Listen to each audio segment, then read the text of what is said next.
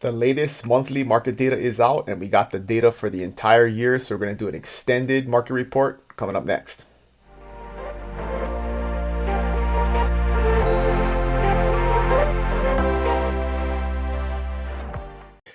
Hey, what's going on, friends? Dylan Nonaka here with the year-end market update for 2021.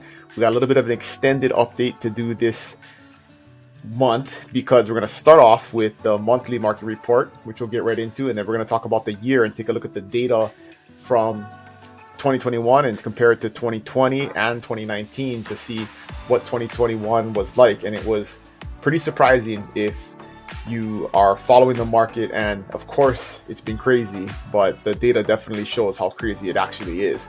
So getting right into it, let's cover the market data for Kona real quick. This is just for the month of December versus the year prior. And as we've been seeing, the current units continues to fall because there's just no inventory right now. So the current units was down for homes, current units were down for condos, and land it was down also. So across the board, less units of property are selling, mainly due to just the lack of inventory like we've been seeing the last couple of months. Dollar volume also went down, which would be expected if less units are selling, but median price went up. So across the board, median price was over $1 million in Kona for homes, up 13% from a year ago. Condos was up to 450, up 23% from a year ago, and land was up 60% from a year ago. Average days on market, another indicator of the strong market, continues to fall, right? We see this number keep getting lower and lower and lower, and we're wondering how low it can go, but only 28 days average days on market for homes, 15 days average days on market for condos, and land, as always, kind of all over the place.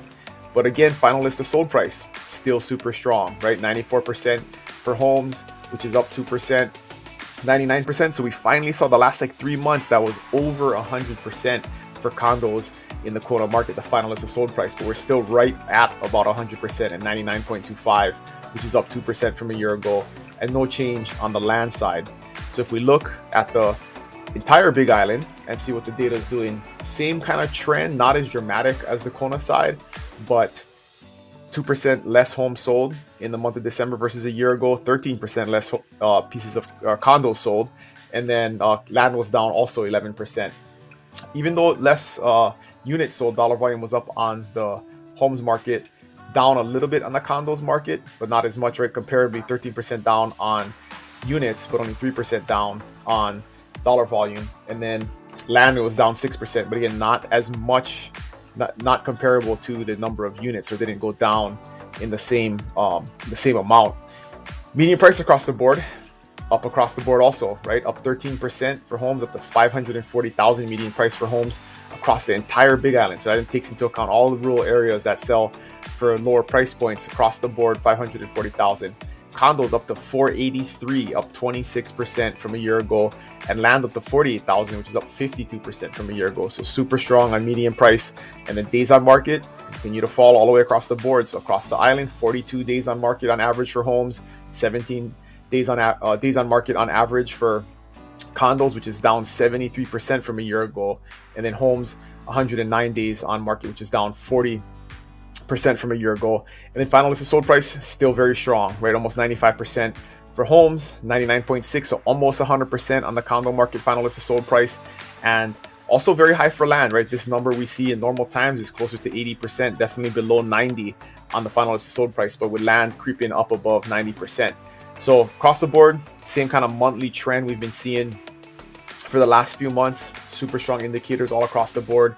Things are definitely not slowing down. The only thing slowing down is the number of units on the market, which is bringing units down, but that's also driving the prices up because there's just less stuff to buy, and we're still seeing multiple offers over list price offers on many properties, and so things are not slowing down.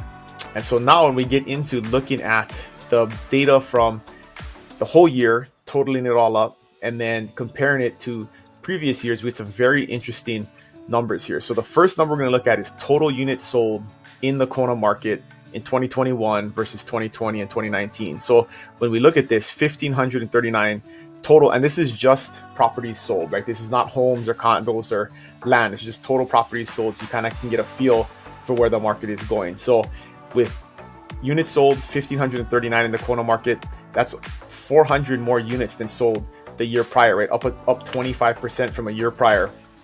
And if you look at between 2020 and 2019, it was almost exactly the same, the number of homes that sold versus, or the number of properties that sold in Kona between those 2 years. So big jump. Definitely didn't follow trends in terms of the last few years in 2021. All right. Dollar volume up 44% versus the year prior. It was only up 11% versus the year prior last year. Median price up 13%.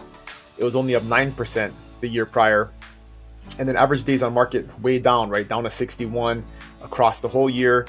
And it was 83 days on market a year ago for 2020, and then 87 in 2019. So that trend kind of kept going where properties were selling faster than they were previously. And the final list of sold price, 96%, which is up 4% from 2020, and 2019 about the same, right? So 2021, big increases in terms of units sold, dollar volume, median price, all that stuff. But if we look at the entire Big Island market, very interesting, even bigger increases, right? This is crazy. 5,400 properties sold in 2020, 7,600 properties sold in 2021. 30% increase in the number of properties that sold. So clearly shows the market has been on fire, continues to be raging, and the dollar volume followed it up, right? 42% increase in the dollar volume of properties that sold versus a year ago.